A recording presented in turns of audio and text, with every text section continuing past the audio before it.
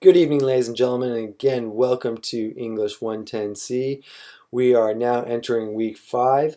Just as a review, in week 4, you submitted the brief summaries of 5 popular sources, and you also committed to a research question and research topic. I think all of you have chosen some very interesting topics, and I think that you are posing some really good research questions. I'm actually looking forward to seeing the answers that you come up with to your research questions. You're doing some very compelling research, and even some of it is quite original. We're not even necessarily seeing this work being done by doctoral students yet. So, pat yourselves on the back for choosing some really innovative work. Um, with that being said, as we move into week 5, we're doing the second half of what you need to do for your annotated bibliography, which is you need to find 3 academic sources. So what's an academic source? You usually will find an academic source in one of 3 places. One place is going to be academic journals. All fields have academic journals, and what you will want to do is find some academic journals that have articles about writing. And one of the places you can do that is by going to Google Scholar. Another place that you can do that is by using the advice given by the readings that you did from the Purdue OWL about how to find sources, and using the Perry Library. So you will want to find sources in academic journals, or 2, some places that you'll find academic sources, is in what's called an edited collection. Basically, an edited collection is a group of essays, and each chapter is written by a different author.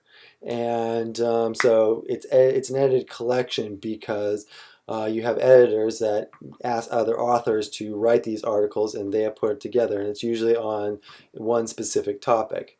A third place is a monograph. A monograph essentially is an academic book.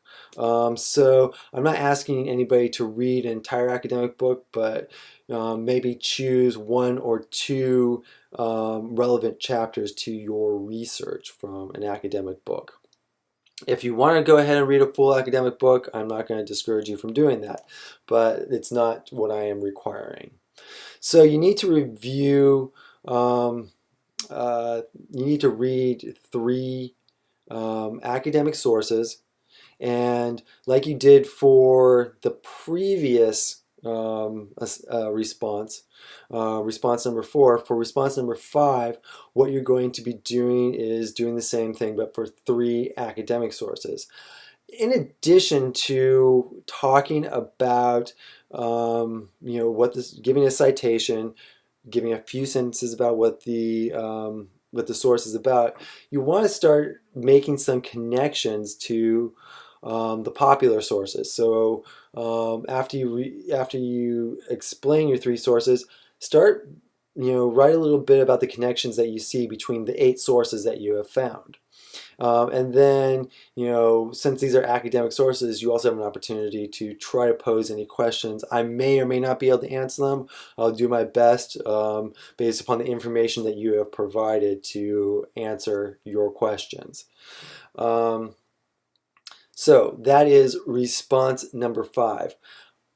Now, I have changed some dates with the submission of the rough draft, response number 6, which is the review of the rough draft for assignment 1, and assignment number 1.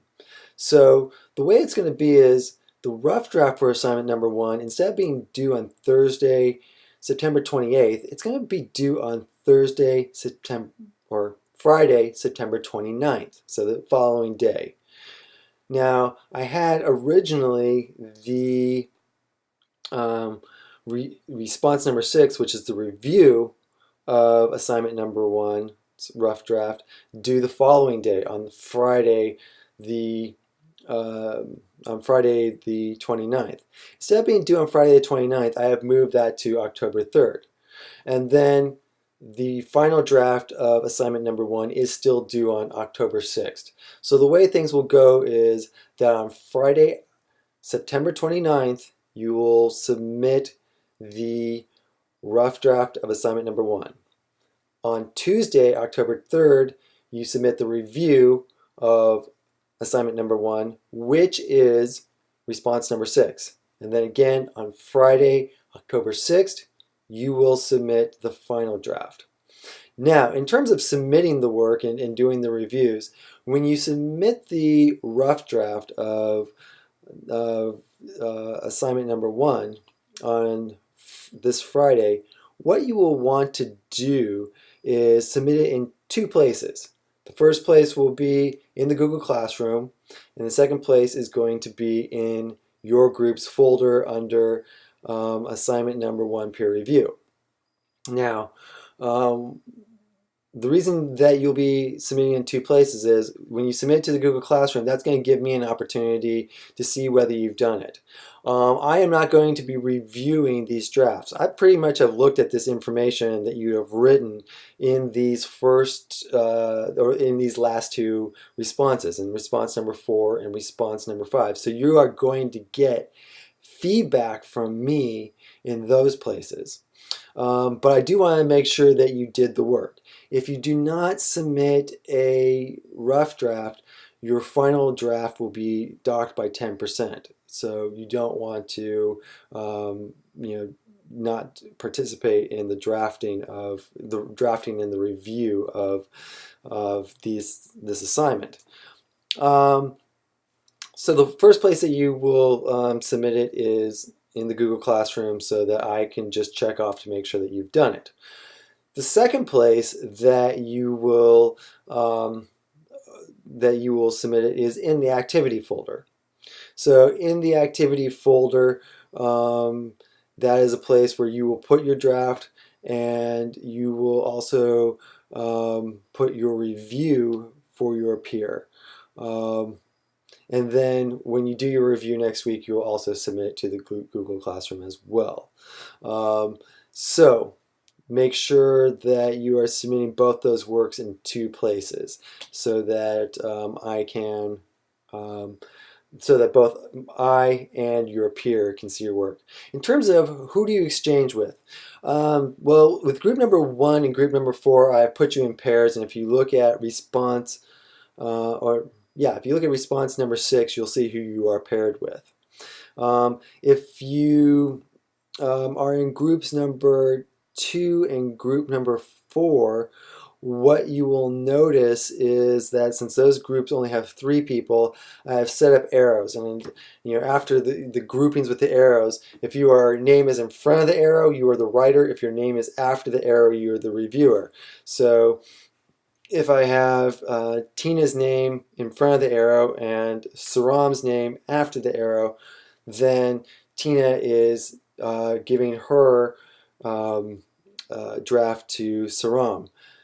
More precisely, what would be in that situation is Tina will drop her draft in the Google folder, the Google activity folder, and Saram will go there and we'll look for Tina's and we'll review it. So that's how you'll be doing the exchanges. If you have any questions or concerns, if somebody that you're supposed to peer review has not exchanged with you, please contact me immediately so that I can make adjustments to how your group dynamic is, so that everybody is able to not only do the work and get credit for it, but also able to get a review done to help them with their final draft. Thank you very much. Again, if you need to contact me, it's kdepew@odu.edu, or you can call me at area code 757-683-4019. I look forward to working with you. Take care of yourselves.